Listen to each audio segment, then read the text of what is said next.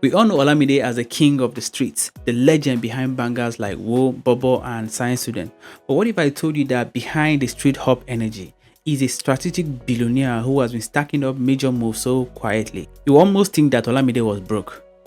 This isn't just about chains, designer feet. It is a side of Olamide that the world rarely talk about.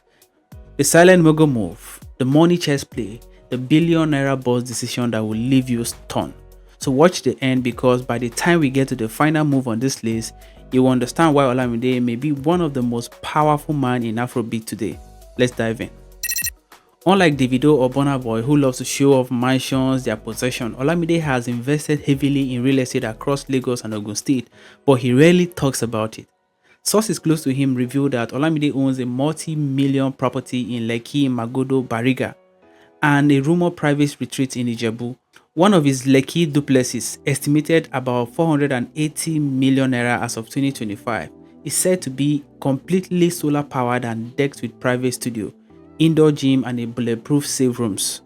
He's also quietly been developing lands in remote areas of Lagos State for rental income, turning acres into monthly money with zero noise.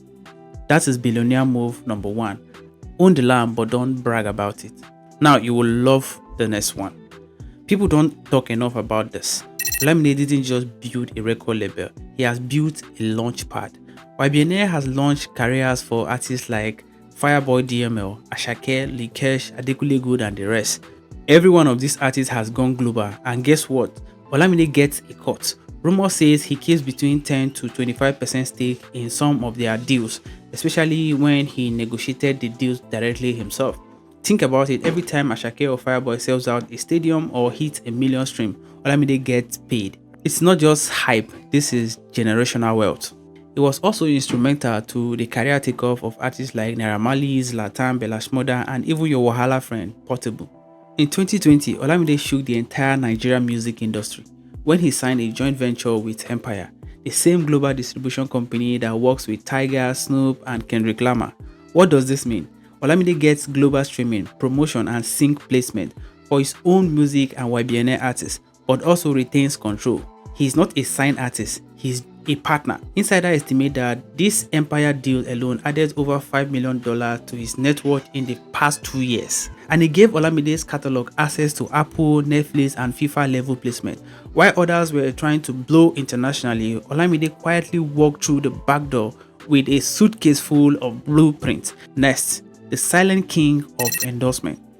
In 2010, Olamide was a marketing machine. From Etisalat to Guinness to Glow, he had Nigerian biggest brands eating from his palm. But unlike other celebs, Olamide didn't just take endorsement checks and bounce.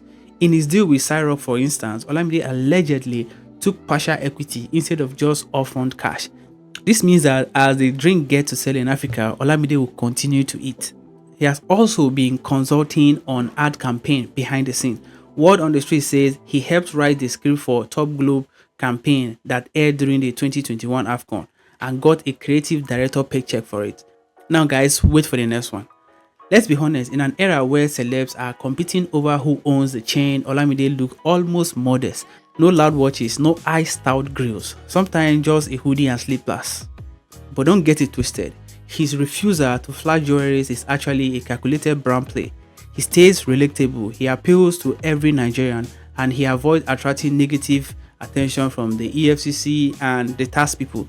In fact, one luxury jewelers in Lagos once revealed that Olamide has a custom pieces worth over 180 million naira, including a pure diamond bracelet and a solid gold chain. But he keeps them in a private storage. Why? Because when everybody zig, Olamide zag. Talk Somewhere in Lagos is a secret record studio built for just Olamide and his team. This isn't your regular setup. This place reportedly costs over 100 million naira to set up, and it includes a luxury vocal booth, a live instrument room, and a Dolby Atmos sound mixing suite, private lounge, and sauna. It was also the spot that Fireboy and Asake recorded some of their biggest hits. Producer says Olamide often booked the studio for weeks, working in total isolation, no noise, no entourage, just making hits. The next one will blow your mind. Olamide reportedly owns shares in a Nigerian tech startup focused on mobile payments for rural markets. The startup recently raised over $2 million in funding, and guess who was the early investor? Yup, Baddo himself. He's also partnered with two of his friends in Ogun State to run a cassava to ethanol conversion farm, supplying raw materials to local manufacturing. Quiet, boring, no flashy, but deeply profitable. This business, I tell you, is profitable. This man is playing a chess while others are dancing on Instagram. Okay, this one looked a bit controversial. A leaked 2024 TikTok clip showed someone that looked suspiciously like Olamide walking out of a private Dubai villa. The person who posted the claim that the artist bought the home through a proxy company and visits when he wants to disappear from the spotlight. Real estate analyst, on the other hand, says that the villa in question is worth over 1.2 billion naira in 2025.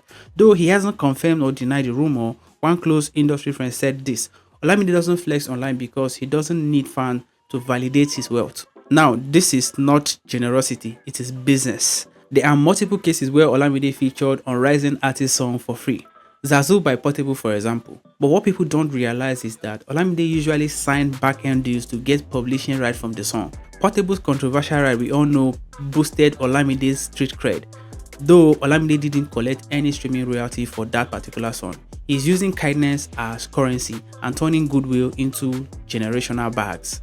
Now here is the billionaire move: branding. Olamide has created a personality that can never go out of style. He speaks to the street, he is humble yet powerful. He mentors quietly, he wins without noise. He became a symbol of self-made wealth without controversy. Even those who prefer Wizkid or Davido still respect Baddo. If you agree with me, give this video a like. He is what every young Nigerian artist wants to become: rich, respected, and always in control. While everyone's chasing the headline, chains, and chaos, Olamide is out here moving in silence and stacking in billions. From private equity play to secret property and artist royalties, the Baddo of 2011 is now the billionaire boss of 2025.